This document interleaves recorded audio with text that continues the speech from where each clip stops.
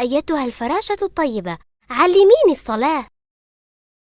نقف متجهين للقبلة، ويكون نظرنا موضع سجودنا، ونقول: أعوذ بالله من الشيطان الرجيم، بسم الله الرحمن الرحيم، إني وجهت وجهي للذي فطر السماوات والأرض حنيفا وما أنا من المشركين، سبحانك اللهم وبحمدك، تبارك اسمك وتعالى جدك، ولا إله غيرك. ثم نكبر تكبيرة الإحرام ونقول: الله أكبر. نبدأ بقراءة الفاتحة ونقرأ آيات بعد الفاتحة. نركع بحيث يكون ظهرنا مستوي. الله أكبر. نقول في الركوع: سبحان ربي العظيم 3. نرفع من الركوع ونقول: سمع الله لمن حمده، ربنا ولك الحمد، الله أكبر. نسجد على الأرض بخشوع ونقول: سبحان ربي الأعلى 3. الله أكبر، الله أكبر. ثم نعيد السجود ونقول كما بالمرة الأولى: سبحان ربي الأعلى 3.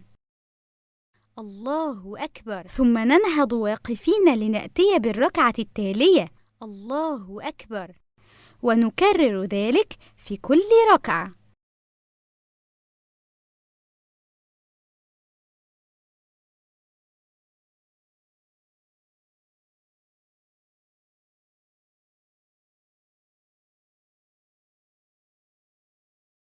في الركعة الأخيرة نجلس بعد السجود الثاني للتشهد ونقول: التحيات المباركات لله، والصلوات والطيبات، السلام عليك أيها النبي ورحمة الله وبركاته، السلام علينا وعلى عباد الله الصالحين، أشهد أن لا إله إلا الله، وأشهد أن محمدًا عبده ورسوله، صلى الله عليه وسلم.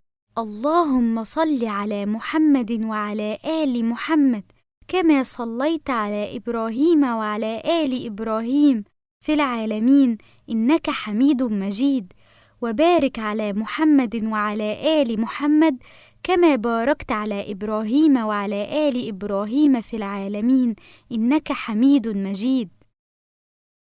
هنا تنتهي التحيات، ثم تأتي بما شئت من الدعاء.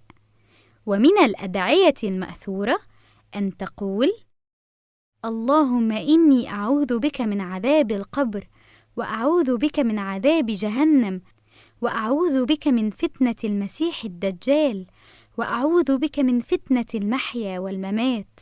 ثم نسلم بأن نلتفت يمينا قائلين: السلام عليكم، ثم نلتفت شمالا قائلين: ورحمة الله.